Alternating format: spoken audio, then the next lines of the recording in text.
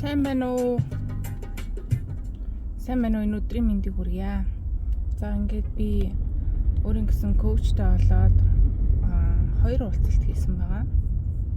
Тэгээд 2 уулзалтанд ямар өөрчлөлтүүд гарсан бэ гэхээр би ер нь тэгж бодсон аахгүй. Би өөрөө коучор сурсан юм чинь надад коуч хэрэггүй. Би өөрийнхөө тэр техникүүдийг ашиглаад өөрийгөө олж чиглүүлээ явуулна гэж харсан. Гэхдээ чиглүүлэн дээр бол нэг тийм онцлог байгаа. Харах өнцөг. Би өөрийгөө нэг харах өнцгтэй. Харин надтай уулзж байгаа хүн намайг өөр өнцгөр харна.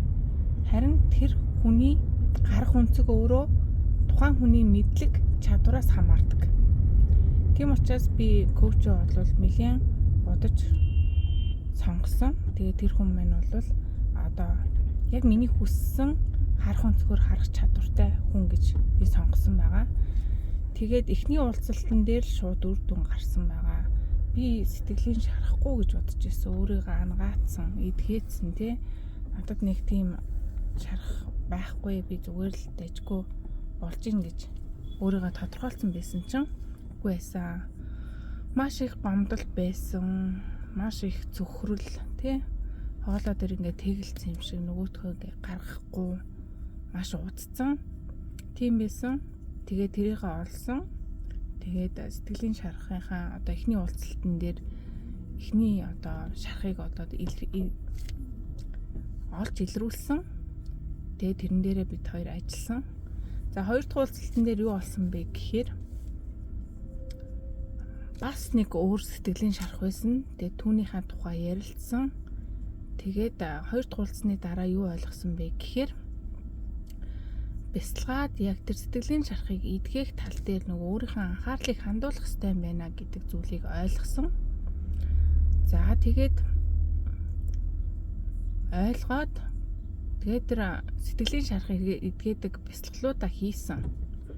Тэгээд хийчээд шууд одоо миний амьдралд одоо өөрчлөлтүүд гарч эхэлсэн. Нэгдүгээрт миний хоолой яг ингээ хоолой дээр ингээ дуу муу дуулыг гэхээр хоолой дээр юм тэглээд ерөөсө дуулж чадахгүй ингээд хоолой хүрэхгүй. Тийм байсан бол хоолой илүү одоо задарсан гэх юм уу? Тийм байдалтай байсан. Тэгээд хоёр дахь уулзалтын дараа одоо хоёр ч өөр төрлийн сэтгэлийн шарахыг бас одоо илрүүлж гаргаад түн дээрээ бас ажилласан. Тэгээд өмнө нь одоо нэг хэвийн амьдрал байсан бол илүү сонирхолтой болж тэгээд шийдэж чадахгүй байсан асуудлууд маань өөрөө шийдэгдчихсэн. Миний ямар ч оролцоогүйгээр тэг яг миний хүсэж ирснээр шийдэгдсэн. Тэгээд ийм өөрчлөлтүүд гарсан байна. За одоо ингээ 3 дахь уулзалт руугаа явж гин. Тэгээд та бүхэндээ ч гэсэн өөрийнхөө мэдрэмжүүдийг хуваалцаад явнаа гэж хэлмээр байна. Тэгээд над дээр ч гэсэн уулзалтанд ирж байгаа хүмүүс бол яг ингээ уулзалт бүрээс нэг тодорхой хэмжээний ухаалал ойлголтуудыг аваад тэгээд даалгавруудаа аваад бас явдаг. Яг тэрэн шиг одоо ингээд би өөрөө бас тэр гоё зүйлүүдээ бас мэдрээд явж байна. Үнэхээр гайхалтай. Тэгээд хүн болгон өөрийн гэсэн тийм коучтэй байгаасаа гэж би хүсдэг. Яагаад гэвэл хүн яг тэний нөгөө ярилцдаг хүн байх ёстой гэдгийг би яг энэ коучор сурсны дараа бол мэдэрсэн.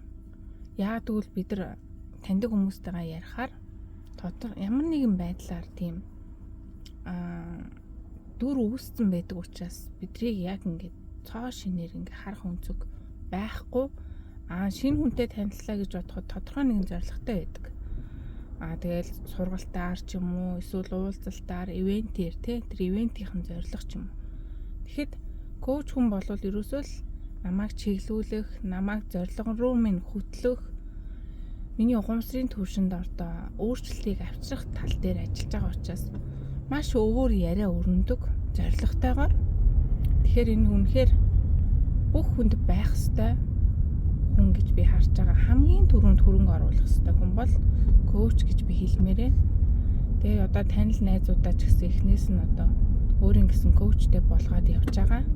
Тэгээ манай ангид бол 20 гаруй хүн төгссөн. Тэгээ хүн бүр өөрийн гэсэн ур чадвартай гайхалтай тийм хүмүүс байдаг. Тэгээд тэр тухайн одоо коуч шаардлагатай хүнийх нь амьдралынх нь асуудалтай ойролцоо зүйлийг даваад гарсан хүнийг бол би санал болгодог.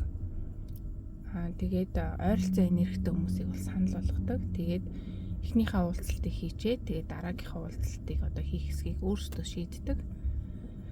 Ийм байна. Тэгээд үнэхээр гоё мэдээг бас та бүхэндээ хуваалцмаар санагдаад оруулж байна. За ингээд дараагийн бичлэгээр хүртлээ түр баяртай.